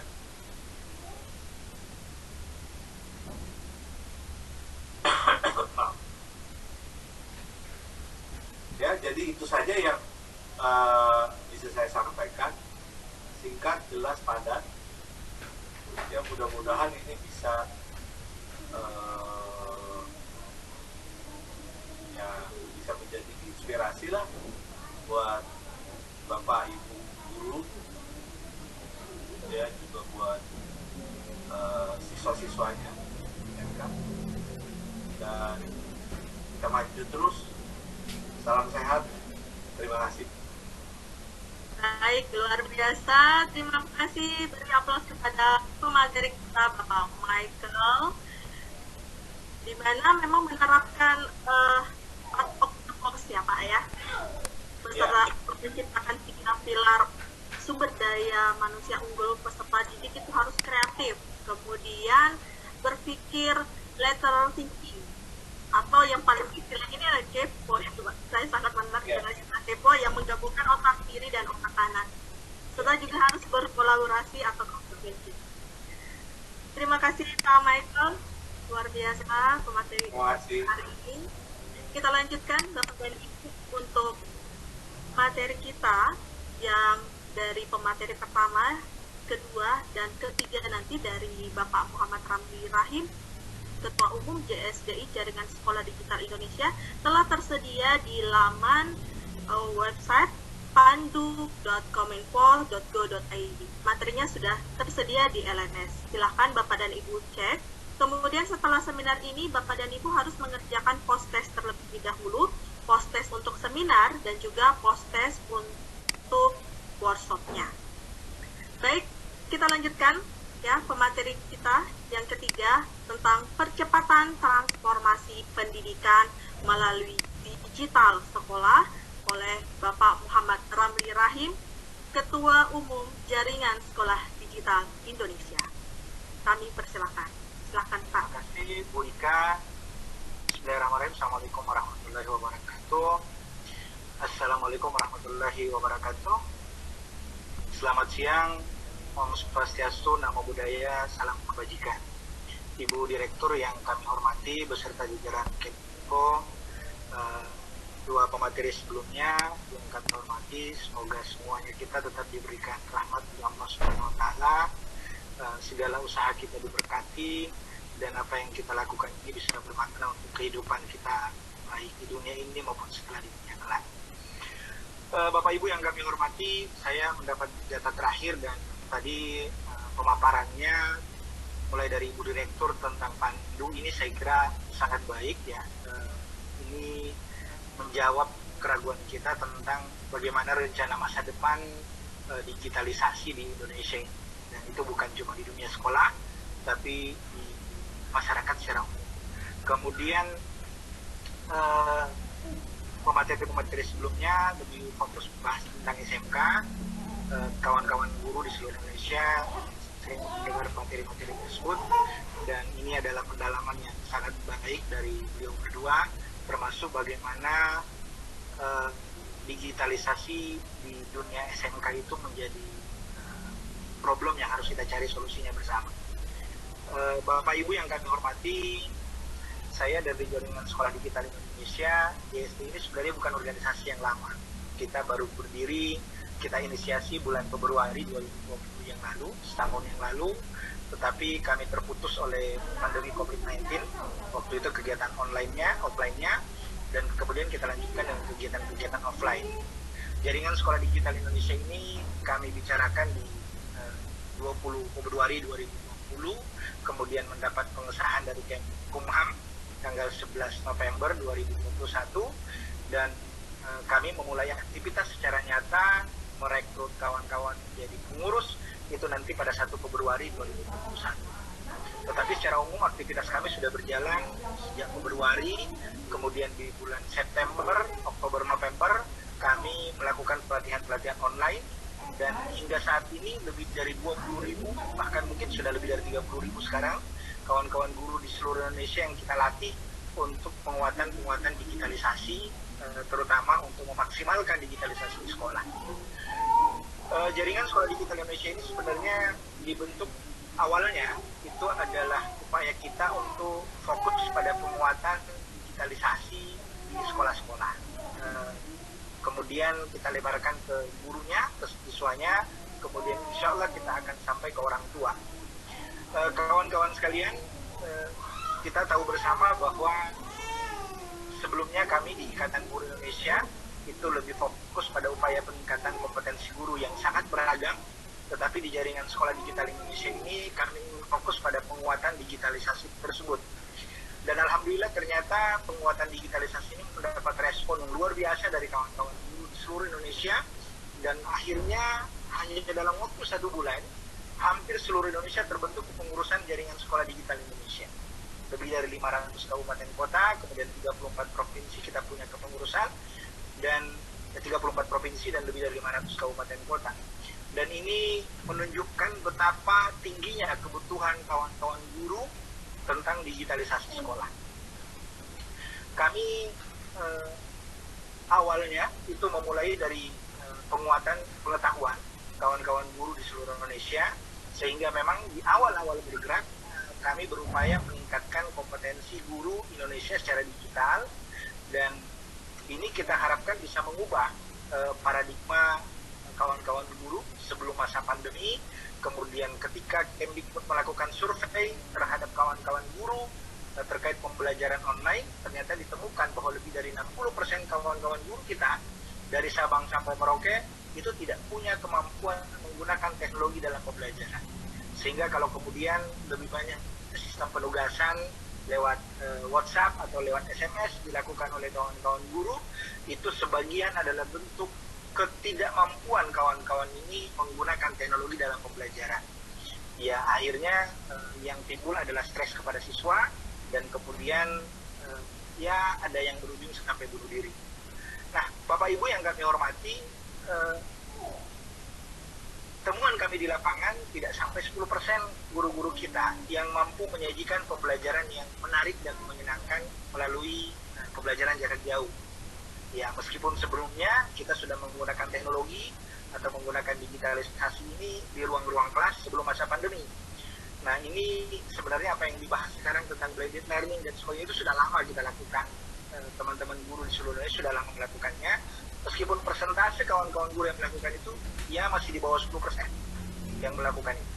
Nah, inilah yang kita harapkan dengan adanya jaringan sekolah digital ini, dengan tingginya minat kawan-kawan guru bergabung dengan jaringan sekolah digital ini, itu bisa semakin banyak kawan-kawan guru yang bisa menjadikan pembelajaran menggunakan teknologi penguatan digitalisasi ini dengan baik di ruang-ruang kelas, baik masih dalam masa pandemi maupun setelah melewati masa pandemi.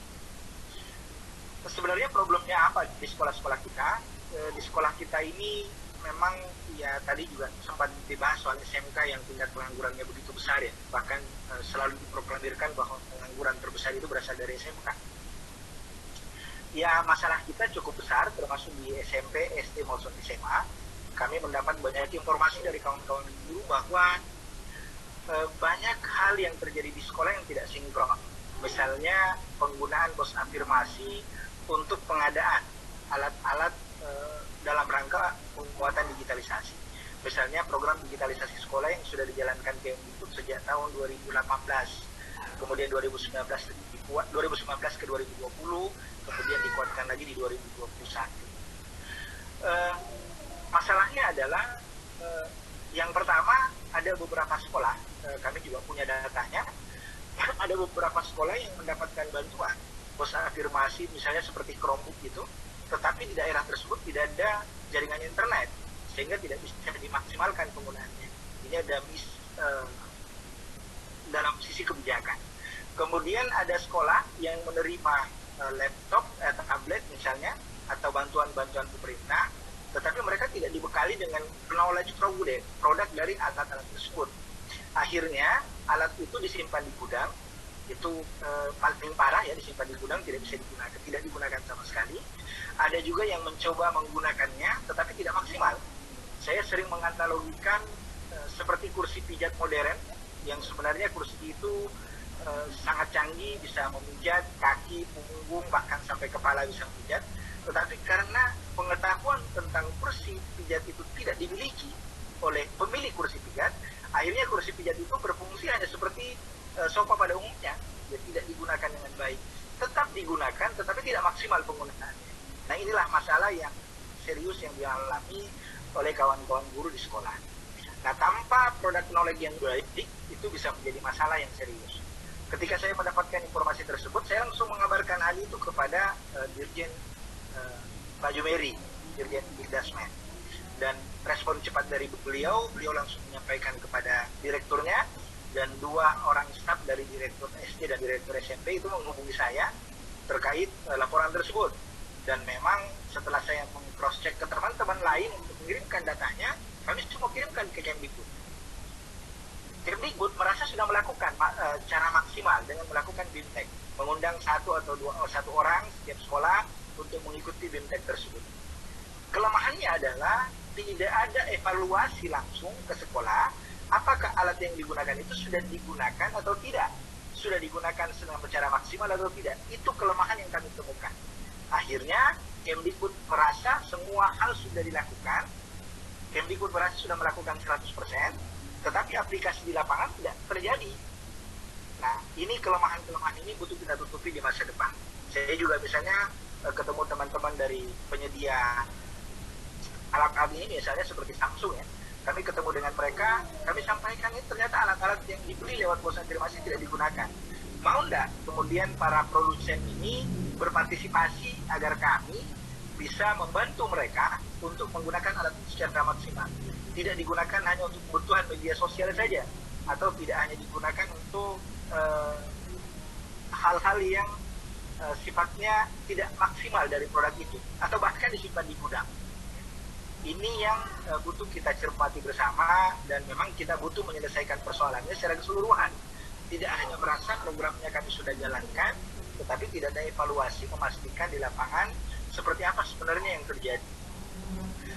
Kemudian terkait SMK tadi, ya memang banyak hal yang jadi masalah kita.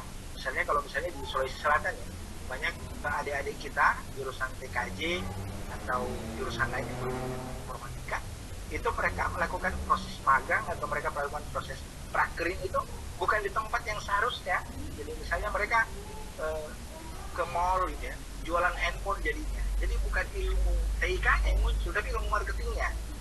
Nah, masalah seperti ini kan masalah serius sebenarnya, yang dianggap biasa atau sesuatu yang masalah besar dan dianggap bukan masalah. Nah, inilah kemudian yang membuat kami menghadirkan jaringan sekolah digital Indonesia, sehingga kami bisa menjembatani antara satu masalah dengan masalah lainnya, antara memberi solusi dengan masalah. Ini yang coba kita kembangkan, kita maksimalkan. Alhamdulillah seperti sekarang kami bekerja sama dengan Epson.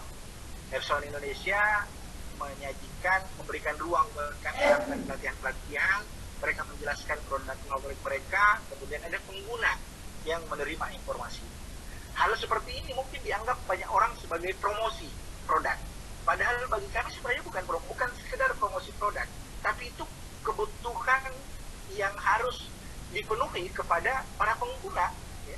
Jadi terutama hal-hal yang sifatnya proyek ya. Jadi sekolah itu butuh tidak butuh dikasih, misalnya ya, dikasih. Nah, ketika alat itu ada di sekolah mereka, belum tentu mereka bisa digunakan dengan baik. Tapi dengan adanya sambungan seperti ini, kawan-kawan guru, kawan-kawan di sekolah itu bisa mendapatkan ilmu pengetahuan tentang alat tersebut langsung dari produsen. Jadi tidak lewat yang lain-lain, langsung dari produsennya, atau kawan-kawan guru yang sudah maksimal menggunakan itu. Seperti misalnya kami mengembangkan program Sekusesmat. Semua guru semua siswa mahir menggunakan tablet misalnya. Tablet ini kan tidak semua orang paham penggunaannya. Bahkan kadang-kadang ada orang yang punya smartphone atau mungkin punya tablet yang sangat canggih, harganya mahal, tetapi digunakannya sama saja dengan tablet atau handphone yang murahan.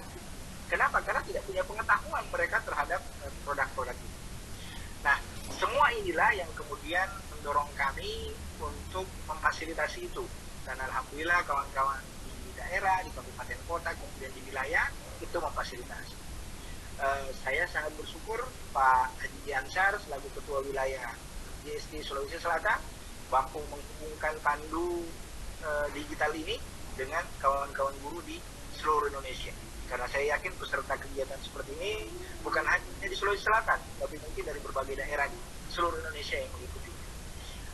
Menghubung-hubungkan seperti inilah yang kemudian memang menjadi tugas kami di Jaringan Sekolah Digital Indonesia. Kemudian teman-teman di JSD juga sudah punya kemampuan yang selama ini sudah teruji untuk dibagikan ke kawan-kawan yang lain, baik dari sisi teknologinya, kemudian dari sisi produk knowledge-nya, kemudian dari sisi penguasaan teknologi dalam pembelajaran. Nah, ini yang kita dorong supaya guru-guru kita itu tidak monoton dalam proses pembelajaran. Siswa juga ini bisa jadi masalah kalau siswanya memiliki pengetahuan yang jauh lebih tinggi dibanding guru. Nah, kalau kita tidak menyembatani, maka guru-guru ini akan dalam tanda kutip itu terlecehkan oleh siswanya, karena mereka akan menjadi bahan tertawa anak-anak mereka, meskipun tertawa dalam hati mungkin ya.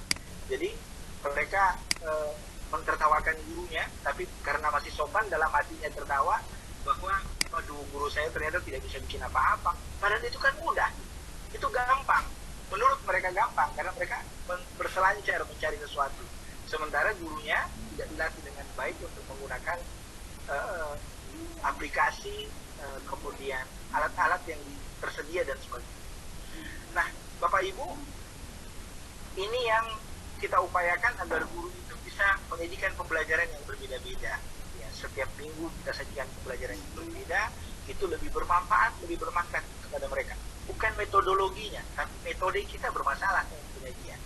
Misalnya, setiap guru, setiap siswa hanya memberikan pembelajaran membaca atau sekedar mengerjakan tugas dan sebagainya, kemudian tidak mampu membuat siswanya itu merasa penasaran dengan proses pembelajaran. Seandainya setiap guru memiliki misalnya 20 metode mengajar yang berbeda setiap minggunya, maka setiap minggu sang guru itu bisa menyajikan pembelajaran yang berbeda setiap minggunya. Dan pembelajaran digital seharusnya fokus pada upaya menyambungkan antara apa yang disenangi siswa, apa yang diinginkan siswa, apa yang selama ini mereka gandrungi, itu dibawa, digiring ke pembelajaran. Kita bermimpi suatu ketika ada game, ya seperti Mobile Legends itu ya, atau game-game yang lain, itu digandrungi, tapi itu modelnya pembelajaran. Itu modelnya pembelajaran. Jadi ini sebenarnya yang kita inginkan di masa depan, kawan-kawan guru itu bisa menemukan pola-pola itu. Selama ini proses digitalisasi ini dimaksimalkan kepada kawan-kawan TIK. Itu tidak salah, tetapi tidak maksimal. Kenapa menurut kami tidak maksimal? Seharusnya yang memiliki kemampuan TIK ini bukan hanya sekedar kawan-kawan guru TIK, tetapi guru biologi, guru fisika, guru kimia, guru matematika juga memiliki kemampuan itu. Kenapa? Karena kawan-kawan TIK ini tidak punya kemampuan pada sisi ilmu biologinya, tidak punya kemampuan pada sisi kimia, fisika, dan biologi itu. Nah, mereka yang punya kemampuan pada sisi keilmuannya, dengan menggunakan teknologi atau dengan kemampuan teknologi yang dimiliki, itu bisa menyajikan pembelajaran yang memang sesuai dengan apa yang diberikan. Saya sebenarnya tersadar dengan hal ini dulu ketika saya kuliah di jurusan kimia. Itu kita minta kawan-kawan dari sastra UNAS waktu itu untuk menerjemahkan buku bahasa Inggris, buku kimia berbahasa Inggris. Dan kami harus tertawa berpinggal-pinggal dengan terjemahan mereka. Karena misalnya rebonding, itu mereka terjemahkan ke dalam bahasa Indonesia. Padahal di kami di kimia, rebonding itu tidak perlu terjemahkan. Karena memang sudah seperti itu. Justru pada saat diterjemahkan menjadi lucu.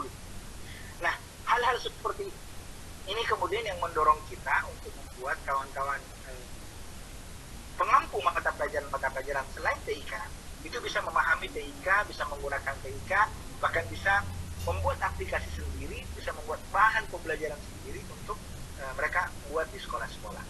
Tetapi memang menurut kami pandu digital ini sangat penting, terutama dalam sisi etika medsos ya, etika digitalisasi itu mungkin perlu dibuat alurnya seperti apa sehingga tidak terjadi pelanggaran-pelanggaran dari penggunaan teknologi ini untuk pembelajaran ataupun untuk media sosial.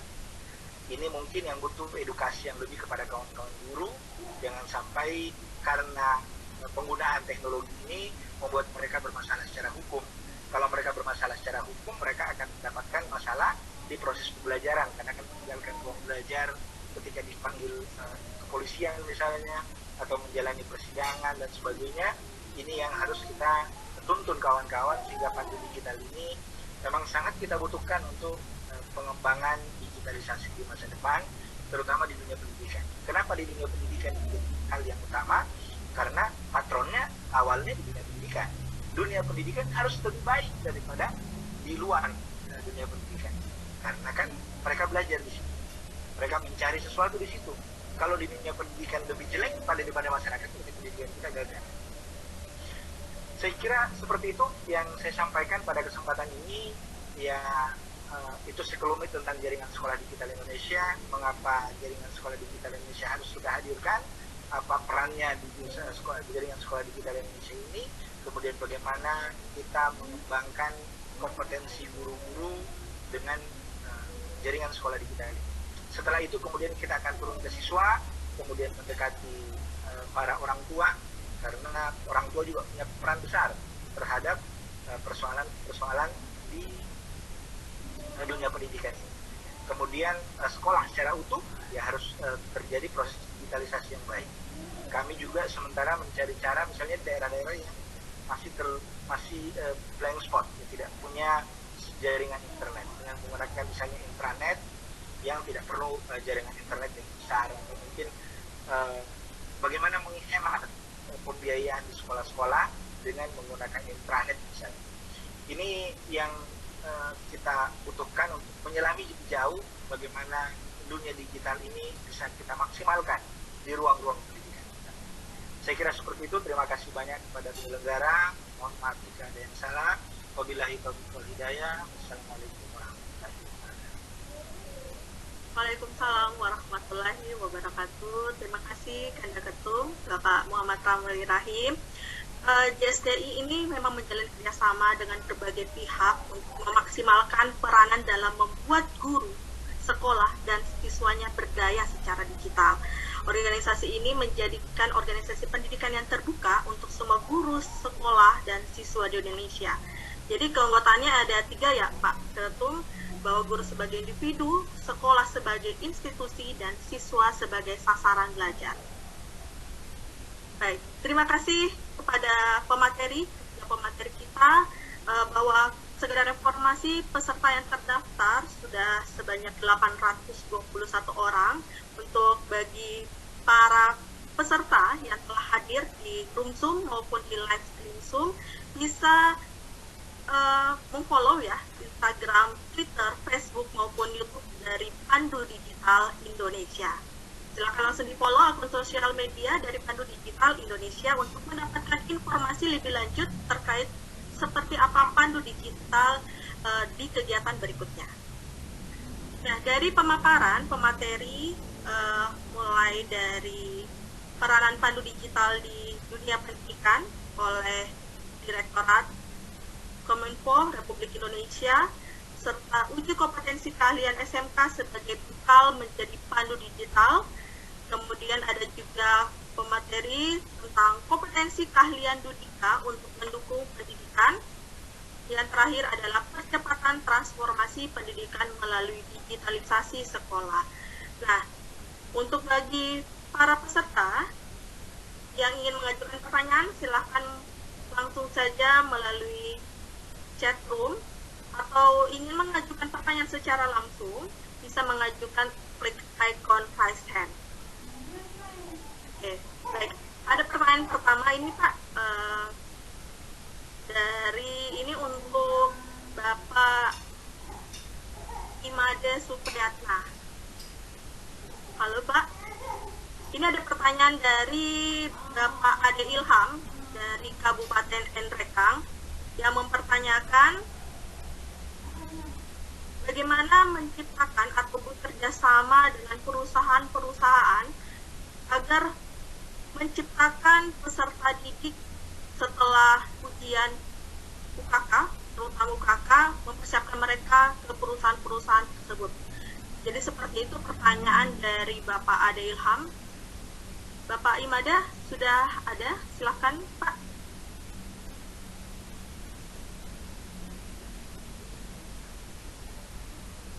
Ya. Jadi bagi para peserta yang ingin mengajukan pertanyaan, silakan langsung saja di kolom live chat atau mau mengajukan pertanyaan secara langsung bisa klik tombol icon flashnya. Sambil menunggu Bapak Imadanya Pak Ade Ilham ini ya. Ini ada pertanyaan untuk Bapak Michael dari Bapak Sunarto. Pak Michael, bagaimana membangun literasi digital yang baik bagi masyarakat awam dan tertinggal, mengingat industri 4.0 sangat identik dengan inovasi dalam bidang teknologi, baik bidang pendidikan maupun wirausaha. Silakan. Pertanyaannya singkat, jawabannya bisa sampai 5 tahun. Karena pertanyaannya ini sebetulnya jawabannya ada di presentasi saya. Kita ini harus mengobrak-abrik kurikulum yang ada. Kita mesti mengobrak-abrik standar prosedur yang sekarang dijalankan. Dan kita harus mulainya itu bukannya hanya dari satu sisi. Dan itu tidak bisa dikerjakan dalam 1, 2, 3 tahun saja. Mungkin satu generasi ya itu baru bisa kejadian itu jawabannya dari pertanyaan yang sangat singkat tersebut. Jadi artinya kita itu harus mulai dari yang paling memungkinkan yang bisa kita buat. Yang paling memungkinkan yang bisa kita buat adalah kita mencoba memasukkan konsep kepo tadi, ya, konsep lateral thinking, konsep di mana kita semua ini bisa membangun suatu sistem secara bersama-sama, tidak sendiri-sendiri dan saling membunuh. Soalnya yang sekarang terjadi itu adalah banyak orang pintar. Orang pintar itu masing-masing berebut kendalinya sendiri-sendiri, ingin tampil sendiri-sendiri, dan nanti pada akhirnya yang dirugikan adalah masyarakat secara luas.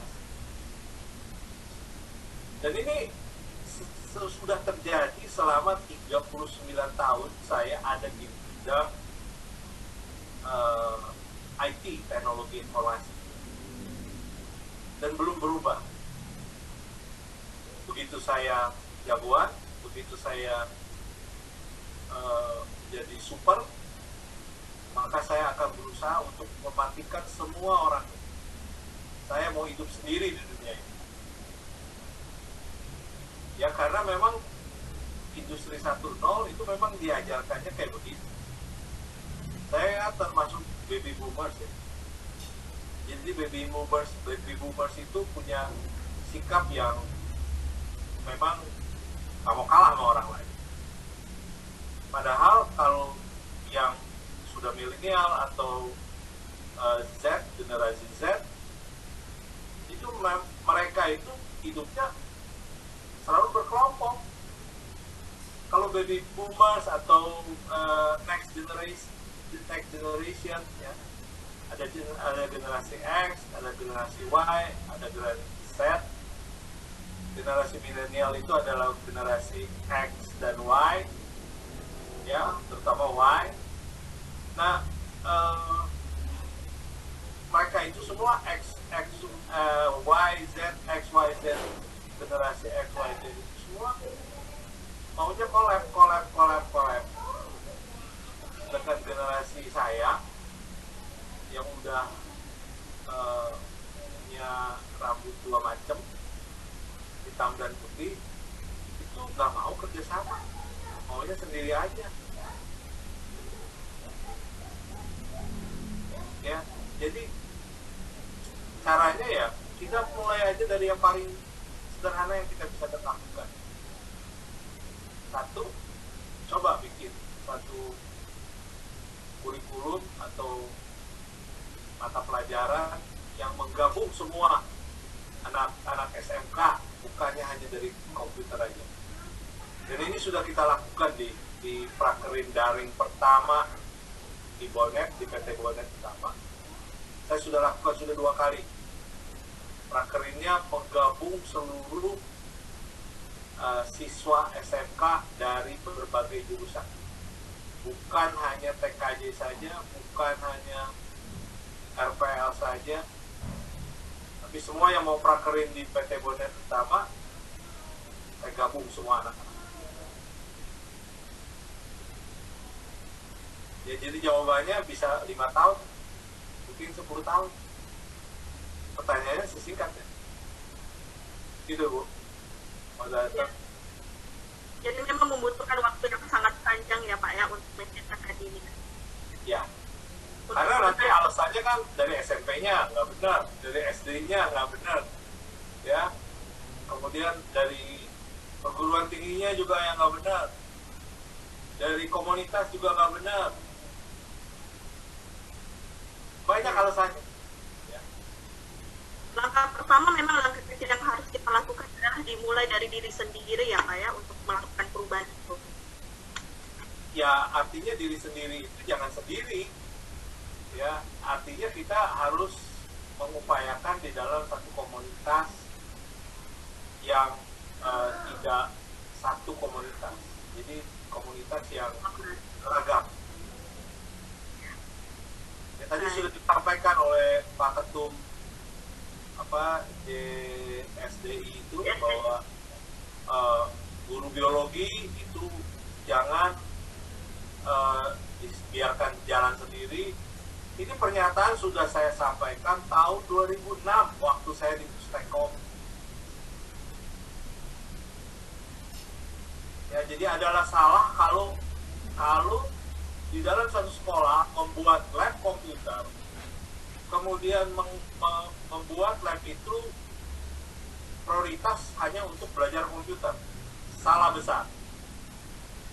2006 itu saya udah bilang begitu waktu saya di Pustekom. Sekarang Pustekomnya jadi Pusdatin. Ya, karena Pustekomnya itu tidak berhasil membuat atau membangun jaringan internet di seluruh sekolah, karena targetnya kan memberikan akses ke semua anak-anak sekolah. Masalahnya apa? Masalahnya yang utama adalah birokrasi. Pemerintah pusat, pemerintah daerah. Pemerintah daerah masih dibagi lagi provinsi, kabupaten, kota. Jadi kementerian itu bingung, sangat bingung sekali. Ngadepin semua hal ini. Birokrasi, otonomi daerah itu susah.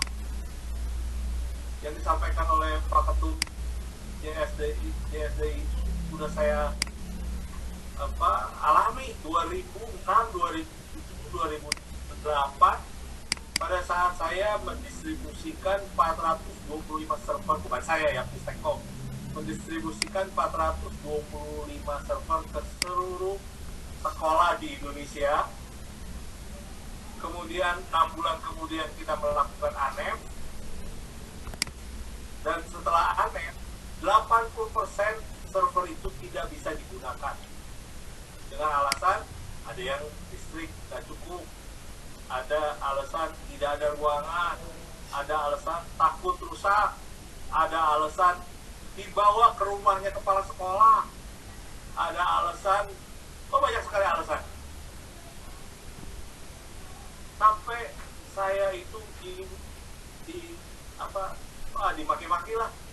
Saya itu kan konsultan ahli di Pustekom. Yang dimaki-maki sih bukan saya, direktur saya. Waktu itu Dr. Lili Gani.